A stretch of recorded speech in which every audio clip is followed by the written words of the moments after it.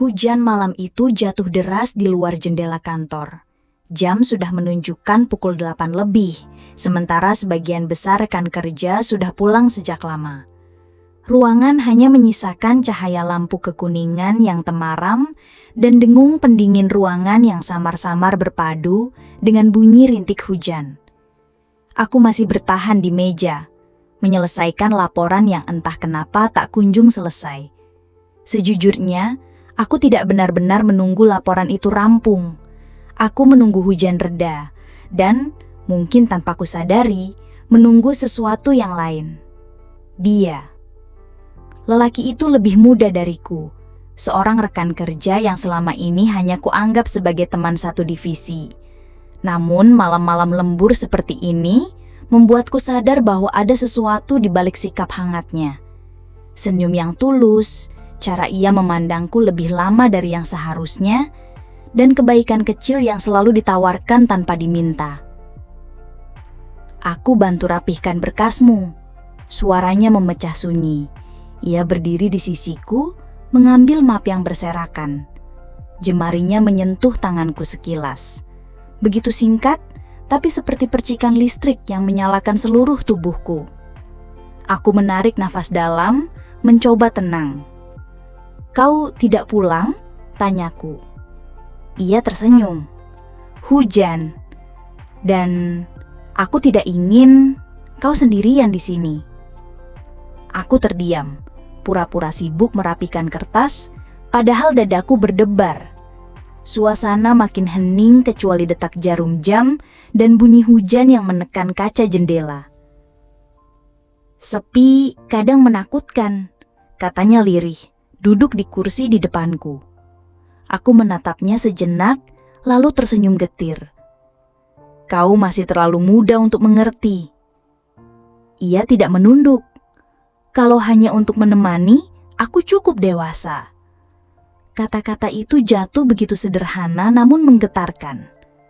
Aku berdiri, berjalan ke rak samping untuk menaruh map, berusaha menjauh. Namun ia mengikuti langkahku, hingga aku bisa merasakan kehangatan tubuhnya di belakangku. Begitu dekat, begitu nyata. Saat aku menoleh, wajahnya hanya berjarak sejengkal. Ada helai rambutku yang jatuh di pipi, dan ia menyibakannya dengan jemari.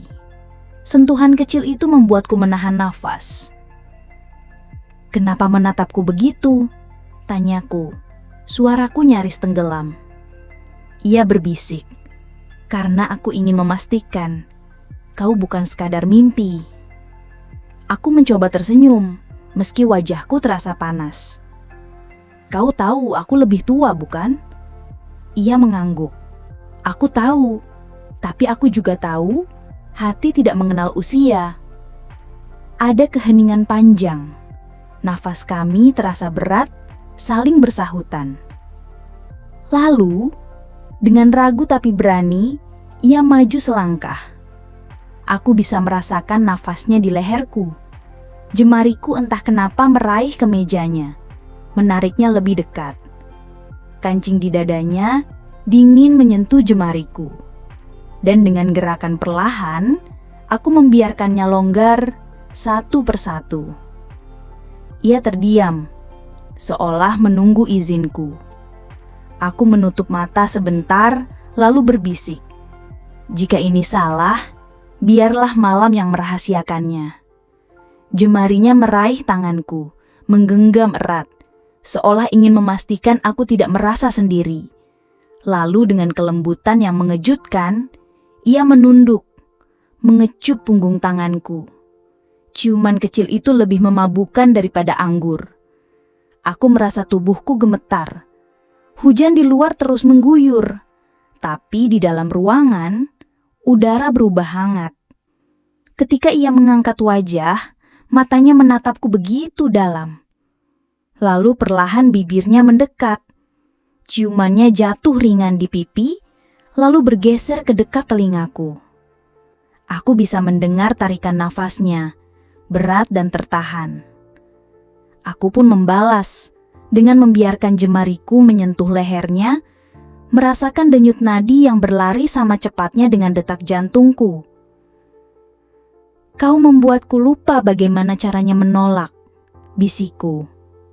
Ia senyum samar. Maka jangan menolak. Kancing kemejaku mulai terbuka perlahan di bawah jemarinya.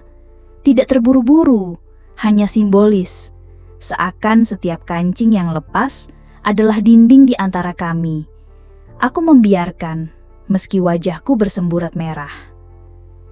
Aku bisa merasakan hembusan nafasnya menyapu kulit di bawah kerah bajuku, membuat bulu kuduku berdiri. Tidak ada kata-kata, hanya bisu yang penuh isyarat. Tangannya berhenti, tidak melangkah lebih jauh. Ia menatapku, seakan menunggu. Dan aku mencoba jaga jarak. Aku yang biasanya kuat, malam itu memilih rapuh.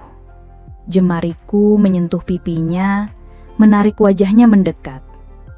Ciuman yang jatuh di bibirku akhirnya menghapus semua keraguan. Lembut, ragu, tapi kemudian semakin dalam, semakin berani. Aku tenggelam dalam kehangatan itu, dalam hujan yang terus mengetuk kaca, dalam sunyi yang kini berubah menjadi simfoni rahasia. Malam kian larut. Hujan di luar kaca tak kunjung berhenti, seakan dunia sengaja menahan langkah siapapun untuk pulang. Di ruangan kantor yang lengang, hanya ada aku dan dia. Dua manusia yang entah bagaimana terjebak dalam waktu yang seakan membeku. Aku masih bisa merasakan sisa hangatnya dari ciuman singkatnya di bibirku. Sebuah sentuhan yang membuat seluruh tubuhku bergetar. Dia menatapku lekat, seakan ingin membaca isi hatiku tanpa satu kata pun. Seharusnya aku pulang sejak tadi, kataku lirih. Meski jemariku masih menggenggam kerah kemejanya. Kalau kau pulang, aku tak akan pernah berani mengatakan apa yang kurasakan. Balasnya dengan suara yang rendah, hampir bergetar. Aku menunduk, menatap lantai seakan di sanalah jawabanku bersembunyi. Helai-helai rambutku jatuh menutupi wajah, lalu ia menyibakkannya lagi. Pelan, penuh kesabaran. Sentuhan kecil itu membuat nafasku terhenti sejenak. Aku mengangkat wajah, dan tatapan kami kembali bertemu. Ada sesuatu dalam matanya, campuran rindu, hasrat, sekaligus ketakutan yang anehnya juga kutemukan dalam diriku. Kenapa harus aku? Tanyaku, suaraku parau. Karena setiap kali kau tersenyum di meja kerja, aku merasa dunia ini lebih mudah dijalani. Dan setiap kali kau terlihat lelah, aku hanya ingin jadi alasan untuk beristirahat. Kalimat itu menghujamku lebih dalam dari yang kubayangkan.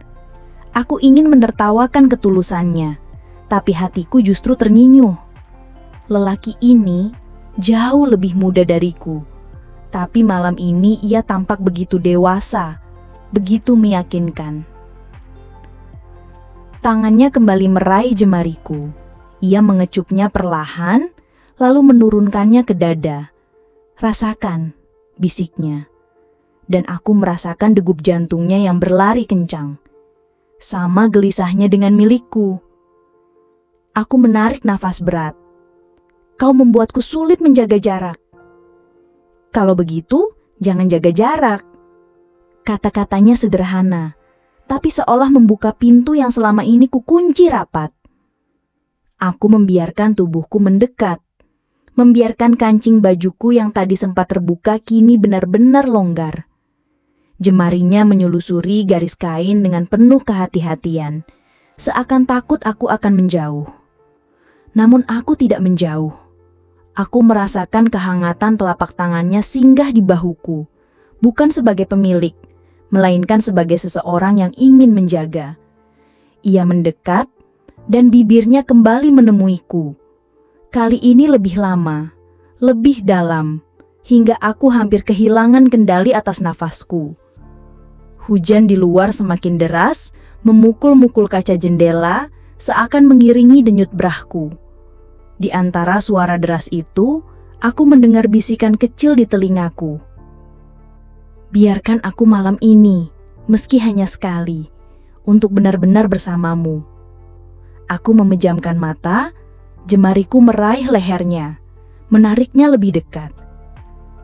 Aku bisa merasakan panas tubuhnya berpadu dengan dingin malam. Kontras yang justru membuatku merasa hidup. Kancing bajuku kini benar-benar terbuka sebagian, tapi tidak ada yang vulgar dari caranya. Semua berjalan lambat, penuh rasa. Seakan waktu memberi kami kesempatan untuk mengukir keintiman ini dengan tinta yang takkan mudah pudar. Aku menyandarkan kepala di bahunya, mendengar degup jantungnya yang berpacu.